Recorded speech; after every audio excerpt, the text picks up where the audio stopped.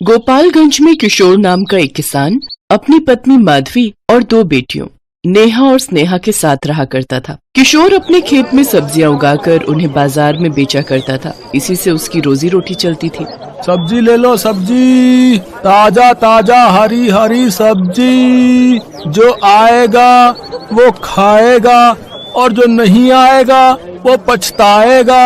अरे किशोर भाई, ये बात तो तुमने बिल्कुल सच कही। जिसने तुम्हारी हरी ताजी सब्जियों को नहीं चखा वो तो सचमुच पछताएगा। चलो अब मुझे 1 किलो पालक, 1 किलो मूली और हाँ 1 किलो ये मेथी तोल दो भैया। हाँ किशोर भाई, आपके खेत की सब्जियां तो पूरे बाजार में सबसे ताजी और फ्रेश होती हैं।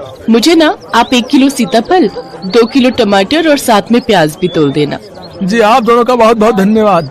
आप लोग बस 2 मिनट रुकिए, मैं आपकी सब्जियां तोल देता हूँ। किशोर अपने खेतों की खूब देखभाल करता और उनमें तरह तरह की सब्जियां उगाकर बाजार में बेचता। सर्दियां अब जा चुकी थी और गर्मी का मौसम शुरू हो गया था। गर्मियों के मौसम में किशोर जब भी काम के लिए घर से निकलता तो उसकी पत्नी उसको ठंडा ठंडा सत्तू बना कर देती। अरे माधवी, अगर तुम्हारा सत्तू बनकर तैयार हो गया हो तो मुझे जल्दी से दे दो। सूरज सर पर चढ़ाया है और मुझे बाजार जाने के लिए देर हो रही है। जी अभी लाई। कितना टाइम लगा दिया तुमने। तुम्हें पता है ना, ग्राहक के आने का टाइम हो गया है। जी वो मैं पड़ोस में जो प्रिया मैडम है ना, उनके यहाँ से बर्फ लेने गई थी। आपको पता है उनके घर में तो फ्रिज भी है और एसी भी। जब मैं उनके घर गई तो अंदर एसी चल रहा था। मुझे तो ऐसा लगा मानो मैं राजस्थान से कश्मीर पहुंच गई हूँ।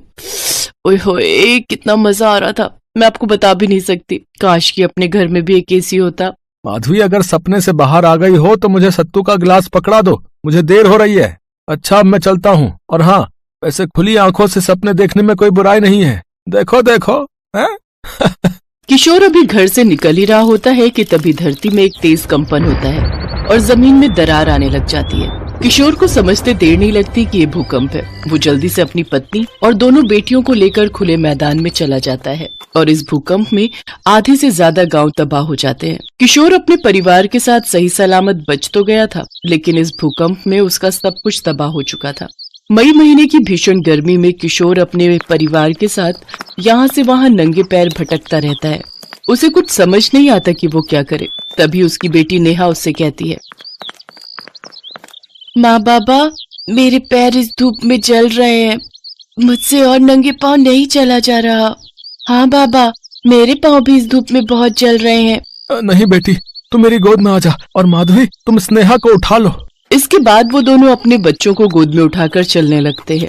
काफी देर तक धूप में चलने के कारण उनके पैरों में मानो अंगारे के चटके लगने लगते हैं और पाँव में छाले तक पड़ जाते हैं, लेकिन फिर भी आंखों में आंसू की धारा लिए वो दोनों चलते जा रहे थे। कुछ देर बाद वो एक नदी किनारे रुककर पानी पीते हैं और फिर एक बड़े से पेड़ के नीचे झोपड़ी बनाकर उसमें रहने लगते हैं। एक ही झटके में हमारी सारी दुनिया ही उजड़ गई। इतने सालों की मेहनत सब बेकार हो गई। अब हम और हमारे बच्चे कैसे जिएंगे? अगर आप ही हिम्मत हार जाएंगे तो फिर हम सबको कौन संभालेगा? हम अपनी नई जिंदगी की शुरुआत करेंगे। अपने बच्चों की खातिर हम खूब मेहनत करेंगे। उन्हें किसी भी चीज की कमी नहीं होने देंगे। इसके बाद किशोर और माधवी दोनों ही एक अमीर आदमी के यहाँ काम ढूंढ लेते हैं और उसके यहाँ नौकरों का काम करने लगते हैं। उस अमीर आदमी का नाम सेठ राजपाल होता है और वो अपनी पत्नी नयनतारा और बेटे रोहन के साथ रहता था। उनका एक बड़ा सा बंगला था जिसमें जरूरत की हर एक चीज मौजूद थी। घर में 8 कमरे थे और सभी में एसी लगा हुआ था। यहाँ तक उनकी रसोई में भी एसी लगा हुआ था। किशोर उनके घर में साफ सफाई का काम किया करता था, जबकि माधवी उनके लिए खाना बनाया करती थी। एक रोज नेहा और स्नेहा भी अपने माता पिता के साथ सेठ जी के बंगले पर आती हैं। तभी वो दोनों रोहन के कमरे के बाहर खड़े होकर चुपके से देखती हैं। रोहन, ये लो बेटा, ये रही आपकी आइसक्रीम, कोल्ड ड्रिंक और ये पिज्जा। अब आप आराम से बैठकर टीवी देखो। और ये लो, अब मैंने एसी भी ऑन कर दिया। और हाँ, इन सब के बाद आपको स्टडी भी करनी है। Okay, do you understand? Okay mom, मैं सब समझ गया। आप बार बार मुझे एक ही बात मत बोला करो। मैं कोई दूध पीता बच्चा नहीं हूँ। ओके बाबा। अच्छा, अब एसी ऑन है, अब ज्यादा ठंड लगे तो इसे बंद कर देना। Okay okay mom. इसके बाद नयनतारा वहाँ से चली जाती है। उस कमरे से ठंडी ठंडी हवा बाहर भी आ रही थी, जिसका आनंद नेहा और स्नेहा ले रहे थे। वाह यार स्नेहा, कि रोहन तो कितना भाग्यशाली है, इसके कमरे में तो एसी लगा हुआ है। हाँ नेहा, काश हम भी एसी में रह पाते। तभी रोहन की नजर उन दोनों पर जाती है और वो चिल्लाते हुए कहता है, तुम गरीब फटीचर लोग यहाँ मेरे कमरे के बाहर खड़े होकर मुफ्त में एसी की हवा खा रहे हो। चलो निकल जाओ यहाँ से। रोहन उन दोनों को धक्का मारकर गिरा देता है। तभी वहाँ नयनतारा, राजपाल, किशोर और माधवी भी आ जाते हैं। नेहा, स्नेहा बेटी, तुम दोनों ठीक तो हो ना? तुम दोनों को कोई चोट तो नहीं आई ना? नहीं माँ, हम लोग ठीक है। तुम दोनों सच कह रही हो ना? हाँ पापा, हम सच कह रहे हैं, हमें कोई चोट नहीं आई। डैड, आपको पता है ये दोनों फटीचर गरीब कहीं की मेरे रूम के बाहर खड़े होकर मुफ्त में एसी की हवा खा रही थी। ये बात सुनकर राजपाल और नयनतारा गुस्सा हो जाते हैं और किशोर और माधवी को खूब खरी खोटी सुनाते हैं। अरे तुम दोनों ने अपने बच्चों को अक्ल सिखाई है कि नहीं? उन्हें कोई मैनर्स है कि नहीं? इस तरह किसी के रूम के बाहर खड़े होकर मुफ्त में एसी की हवा खा रही है। हमसे गलती हो गई जो तुम्हारे घटिया और गरीब बच्चों को अपने सुंदर से घर में आने दिया। अब इनको बोलो कि जल्दी से यहाँ से रफा दफा हो जाए, नहीं तो मुझसे बुरा कोई नहीं होगा। लेकिन मालकिन, वो क्या तुम दोनों को समझ नहीं आता कि मैंने क्या कहा? जल्दी से निकालो इनको बाहर, नहीं तो तुम दोनों को भी यहाँ से चलता करूंगी और नौकरी पर किसी और को रख लूंगी। बेचारी गरीबी के बोझ के तले किशोर और माधवी नेहा और स्नेहा को वापस झोपड़ी में जाने को कहते हैं और फिर वो दोनों भी बिन कुछ कहे वहां से चले जाते हैं। कुछ दिनों बाद जब उनकी तनख्वाह आती है तो वो अपने लिए किराए का मकान ले लेते हैं।